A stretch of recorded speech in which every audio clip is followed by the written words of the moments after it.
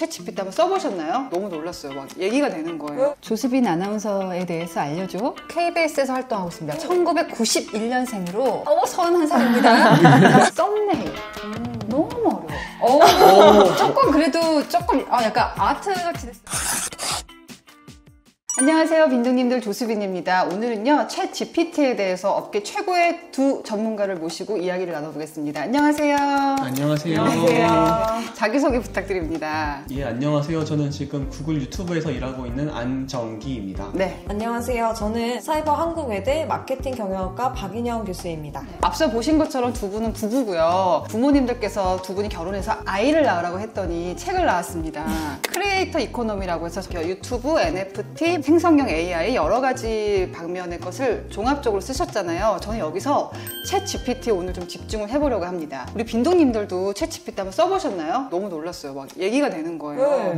근데 챗 GPT가 뭐야? 라고 얘기하면 어렵더라고요. 챗 GPT가 뭔가요? 챗하고 GPT 좀 나눠서 생각해보면 조금 더 쉽게 와닿으실 것 같아요. GPT라는 거는 세상에 많은 데이터를 학습하고 있어서 정보들 간의 관계, 규칙 이거를 사전에 알고 있는 기술이고요. 사용자가 요청을 하면 원하는 컨텐츠나 정보를 그때그때 가장 확률이 높은 그런 답을 확률이 높은. 네. 제가 써보니까 진짜 사람하고 얘기하는 것 같잖아요. 근데 이걸 생성형 AI라고 하는데 뭘 생성한다는 거예요? 뭐 글이 될 수도 있고 그림이 될 수도 있고 기존에 있는 것들로부터 사실 조합을 해서 똑같은 건 아니고 새로운 거를 좀 만든다고 보시면 돼요. 아, 요리 재료를 막 놔두고 맞습니다. 새로운 것을 요리를 한다. 얘가 2022년 11월에 이제 오픈을 하는데 2달 만에 1억 명이 가입했잖아요. 이 속도가 어느 정도는 빠른 건가요? 지금 전 세계에서 사용자 1억 명에 도달한 가장 빠른 서비스이고요. 구글보다 더 빨리, 유튜브보다 빨리요? 뭐 아무래도 이제 유튜브가 등장한 시기랑 네. 챗 GPT가 등장한 시기가 다르기 때문이기도 한데 사실 그 전까지 가장 빨랐던 서비스 중 하나는 바로 틱톡이었었어요. 인스타그램이라든지 이런 과거의 그 어느 서비스보다 가장 빨리 사용하고 있는 게 챗 GPT다. 근데 요즘 저희가 이게 챗 GPT 열풍을 좀 느끼는 게 저희 부모님들도 써보셨더라고요. 아, 진짜요? 네, 그래서 막 60대 분들도 이게 관심을 굉장히 많이 가지고 뭐라고 있고 하세요, 써보니까? 그냥 재밌다, 막 대화형이라서 쉽다 이런 평들을 많이 주시는 게 좀 인상적이었습니다. 저는 살짝 써보니까요, 집에 혼자 사시는 분들 있잖아요. 네. 대화를 하고 싶은데 대화 상대가 되더라고요. 이러한 형태의 서비스들이 앞으로 들어갈 수 있는 다른 서비스 영역들이 굉장히 많은 것 같아요. 뭐 인공지능 스피커랑 결합이 된다라든지 아니면 우리 가전기기들에 들어간다라든지 네. 이런 디바이스와 인간이 이제 휴먼 인터랙션 할 수 있는 방법들을 열어주는 게 이번 인공지능의 발전 방향성이 아닌가 생각하고 있습니다. 챗 GPT를 아직 안 써보신 빈둥님들이라면 약간 이해가 안 되실 수도 있는데 시리가 이미 챗봇 역할을 하고 있지 않냐. 시리랑 아예 다르더라고요. 시리의 경우는 사실 사람이 시키는 태스크, 그 과제, 날씨를 찾아줘 그런 걸 딱 해주는 거라고 보면 더 검색 엔진에 가깝네요. 예, 그렇죠. 그런데 생성형은 아까 말씀드렸듯이 좀 창의적인 그런 결과들을 줄 수가 있는 거죠. 저는 사실 AI 자체도 되게 신기한데 얘가 어쨌든 기계잖아요. 얘가 어떤 원리로 이렇게 만들 수 있는지 너무 어렵거든요. 네, 좀 쉽게 설명해 주신다면. 인공지능 학자들이 사람의 뇌처럼 만든 거고요. 사실 인간의 뇌랑 똑같지는 않지만 인간의 뇌에서 효율적인 구조를 찾아서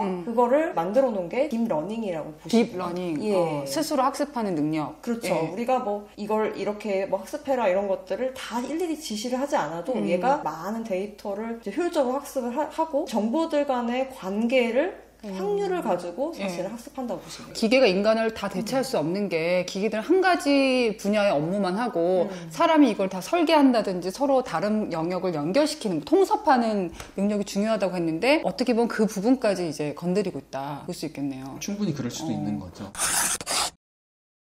자, 어려운 분들을 위해서 저희가 한번 시연을 해보도록 하겠습니다. 조수빈에 대해서 한번. 기계한테 내가 누군지를 물어봐야 되는 세상이 왔네. 챗 GPT야. 조수빈 아나운서에 대해서 알려줘. 조수빈 아나운서는 SBS에서 활동하는 여성 아나운서입니다. 86년생으로 너무 좋네요. 성남시에서 활동하고 저는 오늘 성남시에 처음 왔습니다. SBS 8시 뉴스. 저는 KBS 9시 뉴스인데요. 그러면 KBS 9시 뉴스 앵커 출신 조수빈 아나운서에 대해 알려줘. 그러니까 질문을 조금 더 디테일하게 들어가야 되네요. 조수빈 아나운서는 대한민국의 방송으로 KBS에서 활동하고 있습니다. 1991년생 대학생으로 선운선입니다. 경기도 군포시 출신, 한양대 경영학과 출신. 야, 맞는 게 하나도 없는 것 같아. 정오의 희망고 김신영입니다. 이거 MBC 프로인데요. 분명한 말속과 청량한 목소리, 깔끔하고 세련된 외모와 친화력이 뛰어다. 요거 하나 맞아. 네. 그럼 챗 GPT가 맞는 정보를 얘기하는지는 내가 검증을 네. 계속 해봐야 된다. 제 네. 채널에 대해서 한번 물어볼까요? 그러면 네. KBS 출신 아나운서 조수빈이 운영하는 조수빈 TV 유튜브 채널에 대해서 알려줘. 자세하게 써야겠다. 그치? 챗 GPT가 보는 조수빈 TV는 어떤 모습일까요? 오, 그래도 얼추 맞습니다. 반은 맞고 반은 틀린 것 같아요. 네. 저는 뷰티 팁을 다룬 적이 없거든요. 챌린지를 한 적이 없거든요. 그러면 조수빈 TV의 구독자는 몇 명이니 주로 어떤 주제를 다루니? 뭐 이렇게 해볼까요? 2022년 9월 기준 13만 명. 얘가 뭐 미래를 예측하는 노력해야겠네요. 사실 간단한 질문을 한 건데 좀 만족스럽진 않은 답변이 나왔거든요. 그래서 지금 기술 수준으로 봤을 때는 구글은 망하지 않겠네요. 구글로 검색하는 게 더 정확도가 높은 것 같거든요. 예, 사람들이 여전히 구글에서 검색을 해서 원 정보에 들어가서 오리지널 소스들을 읽는 것들에 대한 니즈는 계속해서 있을 거고요. 네. 전 또 이제 유튜브적인 관점에서 보면은 유튜브에는 이미 동영상으로 사용자들에게 최적화된 콘텐츠들이 많이 존재하고 맞아요. 있기 때문에 네. 사실 지금 전 세계에서 또 두 번째 검색 엔진은 유튜브거든요. 그래서 이런 상황에서도 이런 뭐 구글, 유튜브에 대한 사람들의 니즈는 앞으로도 굉장히 앞으로 많을 거다 생각합니다. 하지만 얘가 딥러닝을 하기 때문에 앞으로 자꾸 물어볼수록 더 네. 정확도 높아지나요, 그러면? 사실 뭐 딥러닝을 연구하신 분들이 앞으로 2, 3년 지나면 이런 진짜 거짓말하는 거 좀 어. 사라질 수 있다 이런 얘기도 하시더라고요. 근데 이게 저 같은 이제 아마추어한테는 굉장히 센세이셔널했던 게 그 전에 우리가 컴퓨터로 뭐를 이렇게 다루려면은 코딩이라는 컴퓨터 언어를 배워야 되고 굉장히 다른 세계의 일 같았는데 이걸 일단 사람이 하는 말로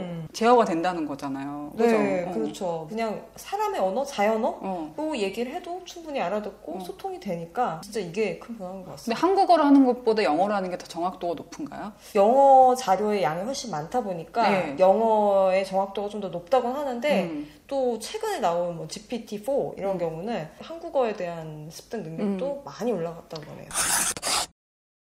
그럼 이 챗 GPT가 세상을 어떻게 바꿀 것인지에 대해서 좀 얘기를 해보겠습니다. 지금 저희가 잠깐 맛배기만 했는데 사실 여러분 저는 작가가 따로 없고 제가 다 모든 대본을 쓰거든요. 어떨 때는 번아웃이 되게 많이 와요. 이런 1인 크리에이터들한테 되게 좋은 도구가 될 수 있을 것 같아요. 맞아요. 왜냐하면 사실 크리에이터분들 상당수가 혼자서 일을 하시는 분들이 굉장히 많기 때문에 네. 브레인스토밍하기도 굉장히 어려운데요. 네. 이제 이럴 때 사실 이러한 어떠한 생성형 AI와 대화를 나누면서 내가 생각지 못했던 아이디어들을 얻기도 하고 예. 굉장히 독창적인 결과물을 얻을 수도 있습니다. 어. 그리고 무엇보다도 사실 이런 것들을 적극적으로 사용함으로써 네. 생산성 자체를 높이실 수가 있어요. 속도가 빨라질 것 같아요. 속도가 훨씬 빨라지는 거죠. 네. 그래서 정말 어떤 뭐 스크립트를 짠다든지 아니면 뭐 썸네일을 만든다든지 아니면 어떤 썸네일도 만들 수 있어요? 썸네일도 만들 수도 있습니다. 물론 뭐 아직은 이게 기술이 조금 더 인간이 리터칭해야 될 부분들이 많이 남아 있는데요. 그런 썸네일에 대한 아이디어라든지 그리고 뭔가 영상을 만들고 나서 그런 것들에 대한 제목에 대한 아이디어라든지 사실 굉장히 다방면으로 크리에이터분들이 생성형 AI를 적극적으로 사용하실 수가 있고 앞으로 크리에이터분들이 이런 것들을 창작 활동에 어떻게 더 적극적으로 활용하느냐에 따라서 나는 한 명이지만 정말 여러 나를 명이 도와주는 정말 수십 명, 수백 명의 어떻게 보면은 비서들이 존재하는 것처럼 일을 할 수 있는 시대가 앞으로 열릴 수 있다. 그렇게 생각해 주시면 되겠습니다. 지금은 보아 PD랑 저만 만드는 채널이지만 조수가 여러 명 있는 것 같다. 맞습니다. 그러면 저희가 지금 조수빈과 조수빈 TV 좀 간단한 질문만 해봤잖아요. 저희가 얘랑 한번 조수빈 TV 회의를 해봐도 될까요? 좋습니다. 네. 빈동님들이 조수빈 TV를 좋아하는 이유는 뭘까요? 빈동님들 저를 왜 좋아하시나요? 오. 자연스럽고 친근한 분위기, 편안한 분위기, 솔직하게 공유하고 있다. 다양한 컨텐츠 맞아. 저는 사실 이것 때문에 고민을 많이 했거든요. 유튜브라는 게 알고리즘이 한쪽으로 쭉 몰고 가야 많이 뜨는데 너무 주제가 다양한 것 같았는데 유튜브가 몰라준 나의 진심을 알아주네요. 그러면 얘한테 한번 조수빈 TV가 100만 구독자가 되려면 어떤 식으로 전략을 짜면 좋을까? 사람한테 물어보는 거랑 좀 다른 느낌이에요. 맞아요. 그리고 답변을 바로 해주는 게 생성형 인공지능들의 굉장히 큰 장점인 것 같아요. 다양한 주제의 컨텐츠를 제공해서 내가 성장한 거래. 아, 인플루언서 협업을 해야 된다. 오, SNS 마케팅을 해야 된다. 내가 SNS 마케팅 안 하잖아. 그렇지.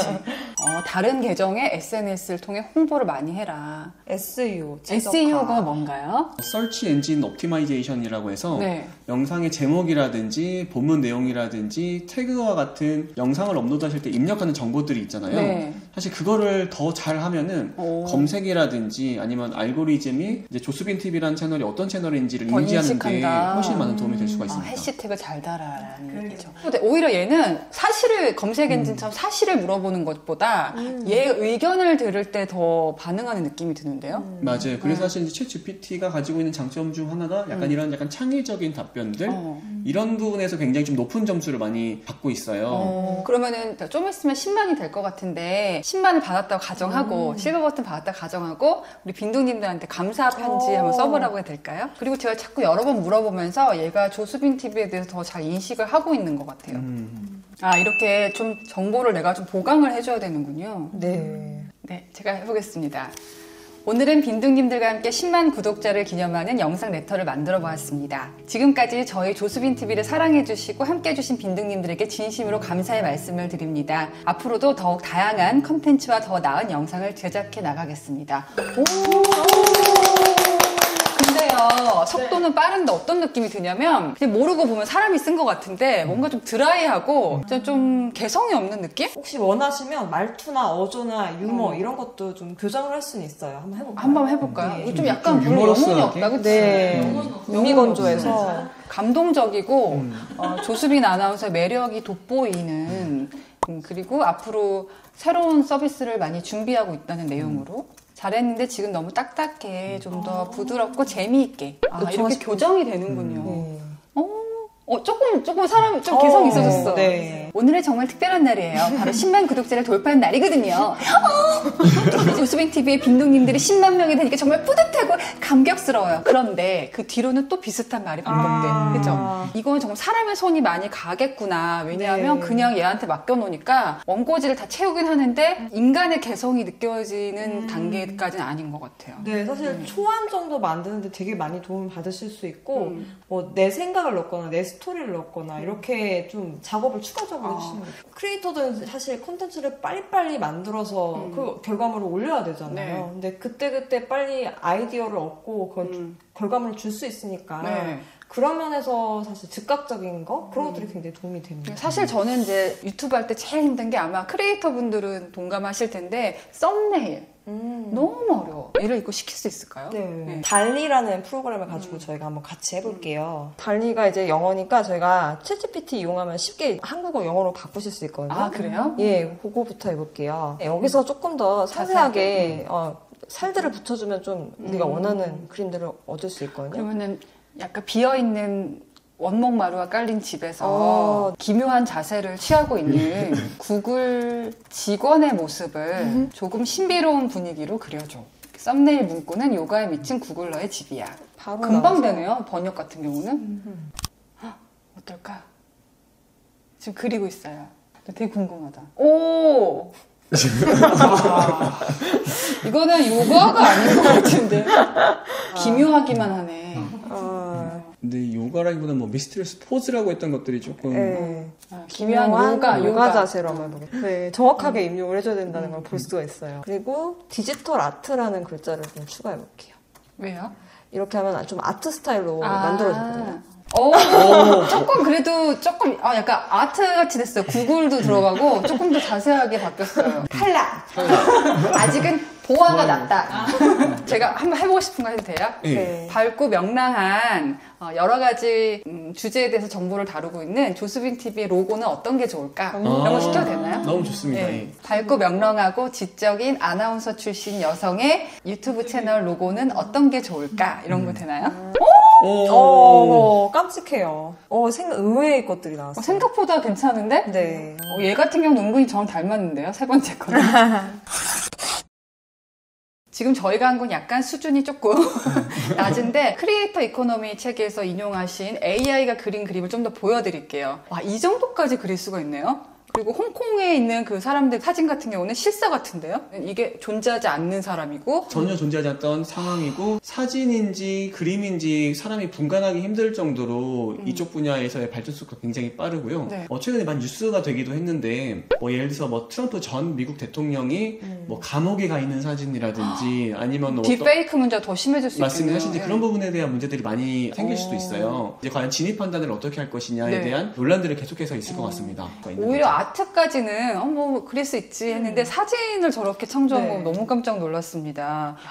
그럼 이렇게 되면요, 우리가 그동안 예술 창작 분야만큼은 사람의 영역이라고 생각했는데 그것도 편견인가요? 사실 지금 챗GPT가 대체할 수 있는 거는 사무직, 직장노동, 그 다음에 예술가 이런 것까지 대체할 수 있다는 얘기거든요. 네. 오히려 뭐 요가하는 거 이런 거는 대체할 수가 없는데 사람 몸으로 하는 거는. 네, 근데 어떤 보여지는 컨텐츠, 사진, 이미지, 그림, 영상, 게임 이런 거 다 만들 수가 있거든요. 그럼에도 불구하고 네. 이 각 이제 영역에 대한 전문성을 가지고 있는 사람들이 사실 이런 기술들을 현재로서는 더 잘 활용할 수가 있어요. 네. 이런 생성형 AI를 통해서 어떠한 그림이나 사진들을 만들더라도 네. 사실 그것들에 대한 리터칭은 여전히 사실 많이 필요하거든요. 이렇게 하면 좀 더 더 이쁘게 만들어져. 뭐 이렇게 한 번 더 얘기할 수도 있고. 맞습니다. 네. 사람의 손이 필요한 작업들이 여전히 많이 남아 있어서 네. 원 기술을 가지고 있는 분들이 이런 기술을 활용해서 생산성을 더 높이고 효율성을 높이는 쪽으로 더 많은 기회들이 있을 거고. 그래도 단순한 작업을 하는 거, 뭐 시각 예술 분야에서 아까 채색이라든지 맞습니다. 그런 단순한 일자리는 많이 대체될 것 같은데요. 어떻게 보면은 한 개인이 자기만의 도메인 널리지를 얼마큼 더 깊게 가져갈 수 있느냐, 그러면서 이런 기술들 어떻게 잘 활용할 수 있느냐가 앞으로 조금 더 중요해지지 않을까, 전 그런 생각을 네. 가지고 있는데 혹시 뭐 어떻게 생각해요? 생각하시나요? 근데 예술가들은 사실 시간도 많이 필요하다고 하더라고요. 자기가 그 원하는 결과물에 도달하기 위해서 중간에 많은 거를 해보고 수정을 하게 되는데 그리고 실제로 화가들도 혼자 네. 작업하는 게 아니잖아요. 네. 막 수많은 조수들이 같이 맞아요. 협업하는 거잖아요. 그렇죠. 네. 그래서 내 조수로 삼아서 이거 한번 해와 습작을 시키는 거죠. 그리고 예술가는 사실 예술적 판단을 하는 판단을 하는 거. 네. 예술의 영역은 여전히 인간에게 남아있을 것이다. 그렇죠. 철학은 대체할 수 있을까요? 굉장히 어려운 네. 질문이신데 네. 인공지능이 철학을 공부를 할 수는 있어요. 그리고 우리가 그거를 꺼내게 만들 수 있죠. 지금 너가 무슨 철학자라고 소크라테스라고 생각하고 이걸 해줘 라고 해서 그냥 아웃풋을 생성시킬 수는 있는데 네. 뭐 일관된 철학을 가지고 그 어떤 그 철학자인 것처럼 계속해서 뭐 글을 쓴다 이런 거는 또 다른 영역이라고 봐요. 그래서 유발 하라리 교수님이 서문을 이 오. AI한테 시켰잖아요. 예, 선물을 썼는데 처음에는 얘가 지금 나랑 더 비싸게 썼다 생각했다가 하라리 교수님도 이거 너무 이거 가짜인 게 다 티나는데 이렇게 생각을 하셨다고 하더라고요. 그러니까 앞서 저희가 텍스트 넣어봤을 때도 그랬는데 네. 얼핏 봤을 때는 그럴싸한데 네. 얘가 과연 인사이트를 담은 글을 쓸 수 있을까? 단순한 프롬프트를 가지고 사실 그 차이도 있는 것 같아요. 생성형 AI는 그냥 세상에 존재하는 것들의 일반적인 확률적인 지식, 그거를 주는 거지, 물리적인 세계의 존재감을 가지고 뭔가를 실제로 경험해서 그걸로부터 나오는 아웃풋이 아니거든요. 네. 그러니까 어떤 철학을 새로 만든다든지, 아직은 네, 자아가 있는 사람들만 할 수 있다고 생각해요. 예전에는 공부 많이 해서 아는 게 많은 사람, 그죠? 기술이 있는 사람 이런 사람들이 되게 중요해졌는데 이제 새로운 시대에는 질문을 잘하는 능력이 되게 중요하겠다.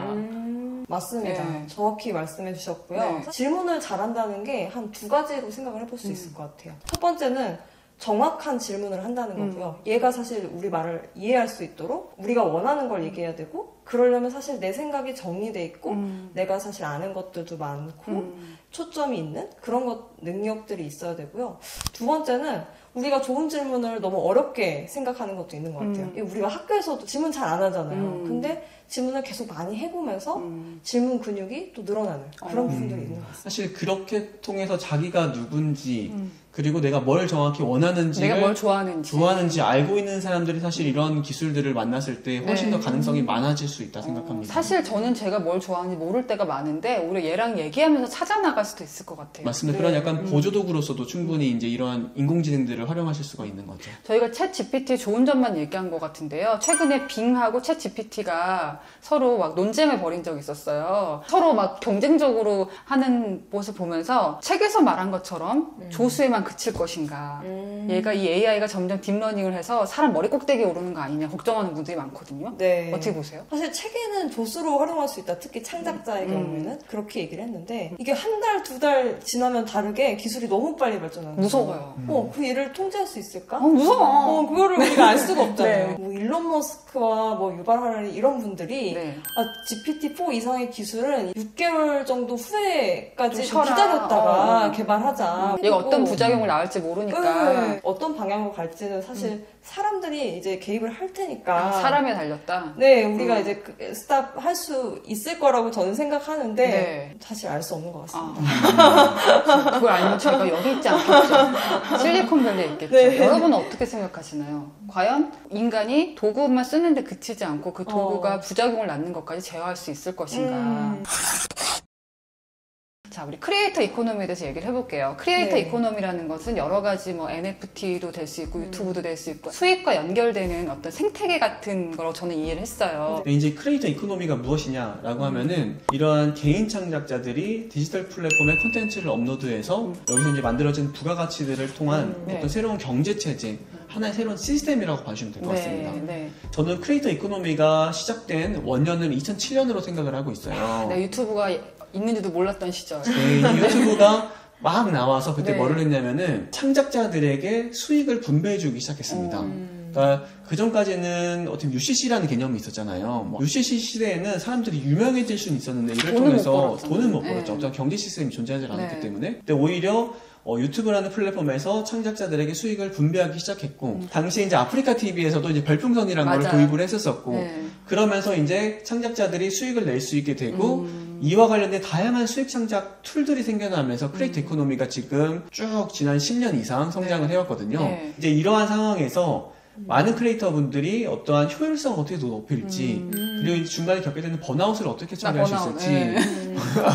그리고 어떻게 보면은 좀 더 새로운 아이디어를 어떻게 얻을 수 있을지 이런 것들에 대한 고민을 많이 가지고 있었는데 그런 환경에서 오히려 이제 이런 인공지능들을 어떻게 잘 활용할 수 있는가가 이제 크리에이터 분들이 이코노미를 어떻게 만들어갈 수 있는가랑 직결되는 질문이라고 생각하고 있습니다. 챗 GPT하고 유튜브의 관계가 적대적이라기보다는 좀 상생 관계 같기도 한데요. 이제 네. 유튜브는 플랫폼으로서 크리에이터 분들이 컨텐츠를 업로드해서 사람들을 만나는 네. 플랫폼이라고 생각해 주시면 될 것 같고요. 생성형 AI 같은 경우에는 현재로서는 이제 어떻게 보면 창작 툴로서 크리에이터 분들께서 많이 활용하실 수가 있다. 도구로서. 그래서 크리에이터 분들께서 사실은 뭐 챗 GPT뿐만이 아니라 여러 가지 생성형 AI들을 통해서 네. 본인의 생산성을 높여나가는 게 굉장히 중요하다 생각하고 있습니다. 그러면 생산성이 높아지니까 내가 돈을 벌기 위한 크리에이터들의 진입 장벽이 되게 낮아지겠는데요? 맞습니다. 사실 지금 이 크리에이터 이코노미에서 생성형 AI가 굉장히 중요한 이유는 크리에이터가 되고 싶은데 기존까지 사실 아나운서님처럼 다른 직업이 있어서 바쁘신 분들 전업을 못하는 맞아요. 전업을 못 하시는 분들도 이런 인공지능을 통해서 조금 더 쉽게 진입을 하실 수가 있습니다. 유튜브가 보면 수익을 창출할 수 있는 최소 구독자를 1000명으로 하잖아요. 네. 그게 1000명의 찐팬이 있으면 어느 정도 먹고 살 수 있다. 그런 이론이라고 찐팬 이론이라고 하더라고요. 맞아요. 근데 얘의 도움을 받으면 그 1000명을 달성하는 게 훨씬 빨라지겠어요.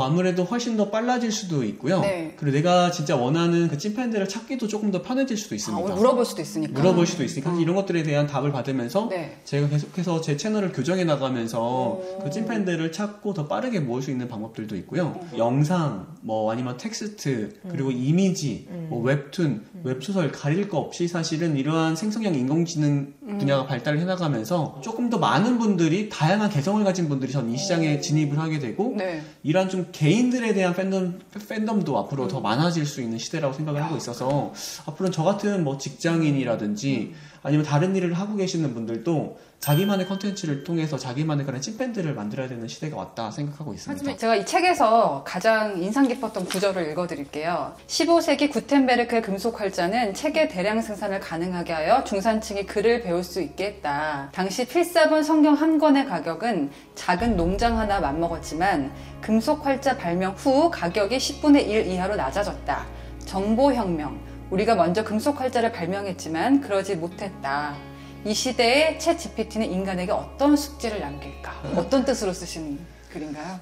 일단 저희 저자들은 뭐 저도 이야기하고 박인영 작가님도 이야기를 하실 텐데요. 지금 이런 도구를 어떻게 활용하는가가 한 국가의 경쟁력에도 큰 영향을 미치는 시대인 것 같아요. 네. 근데 이런 것들을 단순히 뭐 경계하고 어떤 제도적으로 막는 것보다는 크리에이터들이 어떻게 하면 이런 것들을 잘 활용할 수 있을까, 그리고 이런 것들에 대한 뭐 윤리적인 부분들을 크리에이터들과 함께 논의해 나가면서 네. 발전시켜 나가면서 적극적으로 사실 이런 기술들이 도입이 됐을 때 기존에 존재하지 않았던 새로운 시장을 열 수 있다. 열 수 있다. 특히 똑같은 새로운 매체가 네. 나오는 시대가 되더라도 우리가 어떻게 받아들이냐에 따라 달랐다. 그래서 아까 말씀 주셨던 것처럼 크리에이터 이코노미라는 게 지금까지 있었지만 그 위로 한 단계 올라가게 만드는 기술이 되느냐 아니면 이거 써도 비슷비슷하냐 이 어떤 변곡점에 있는 것 같아요. 결국 AI 시대는 자기가 뭘 좋아하는지 내 네. 스스로를 잘 아는 사람이 살아남겠네요. 그렇죠. 네. 이제 얘를 활용하는 거는 나니까 사실 네. 내가 잘 정리된 사람이어야 이거를 충분히 내 걸로 만들 수 있는 것 같습니다. 두 분이 애 대신 낳은 이 책 속에는